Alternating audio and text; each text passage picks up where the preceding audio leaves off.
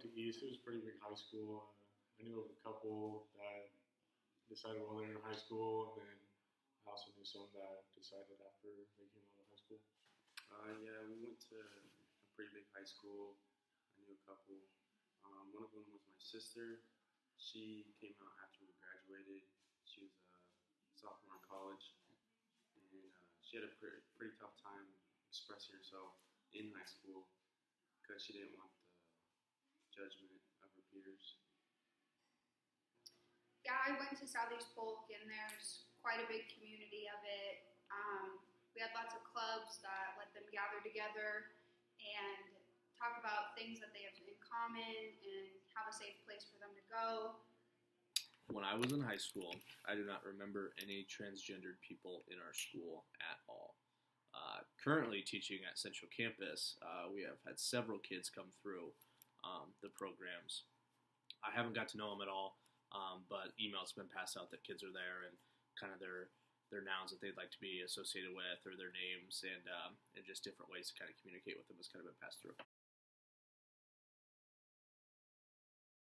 There were some resources at my high school. One of them was the GSA Gay Straight Alliance. Anyone from any orientation could come, and it's just a good way to meet new people and have more resources. They gave them opportunities to talk with other people who are going through the same experiences, and it was also a safe place for them to talk about how they felt and what they're going through. Back in '07, when I was going to high school, there were no resources for transgender people. That was kind of a population that wasn't talked about at all. It's really kind of come into the light as of late. But now at Central Campus, yes, there are a lot of supports. Counselors are well versed in that community. There's after-school groups that they can be a part of to kind of express how they feel, and just support networks that they have. But back about 10 years ago, this is a population that was not talked about. You were kind of asked to keep quiet about it out of fear of being made fun of. But a lot's changed since then. People discriminate against them, kind of hinders where they can grow and what they can reach out and do. No, because there's a few teachers that weren't discreet on how they felt, and it kind of hindered their performance because they're either nervous or something. At Southeast Polk, they did have their clubs, but those weren't like teacher organized clubs. They were student organized, so it probably could have been better, but they did have some. It's kind of a tricky one, since I don't have to work with any students who are transgender, but they are in our building. I would like to say that they are not excluded from any activities. I don't know about in like the sporting arenas how that works with Des Moines Public Schools in the state of Iowa. But I won't go as far and say they're excluded, because they have different ways of participating.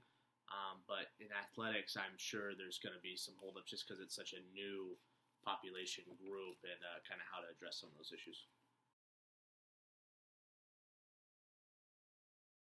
Yeah, I believe their friends that they have around them treat them like they should.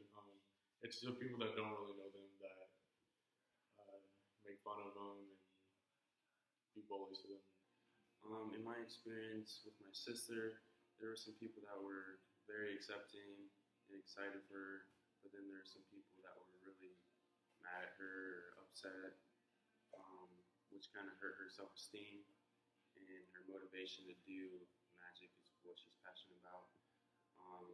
But now she doesn't really care. She's over that. Magic was very important for her because it gave her an outlet to be herself and express herself, and it's really important for schools to have alliances and clubs because it gives them that outlet to express themselves and have a safe space for them.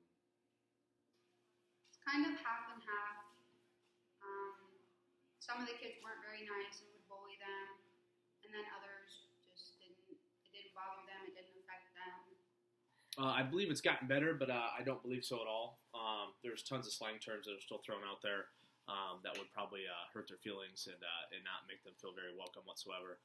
But I do feel like kids and the generations are starting to kind of get those out of their vocabulary a little bit more. but they still come around. Those words still kind of flare up to kind of draw some mixed emotions. So I do think it's getting better, but we still have a long way to go. I mean, you have to look no further than our own political climate currently to see how some of those words are being used.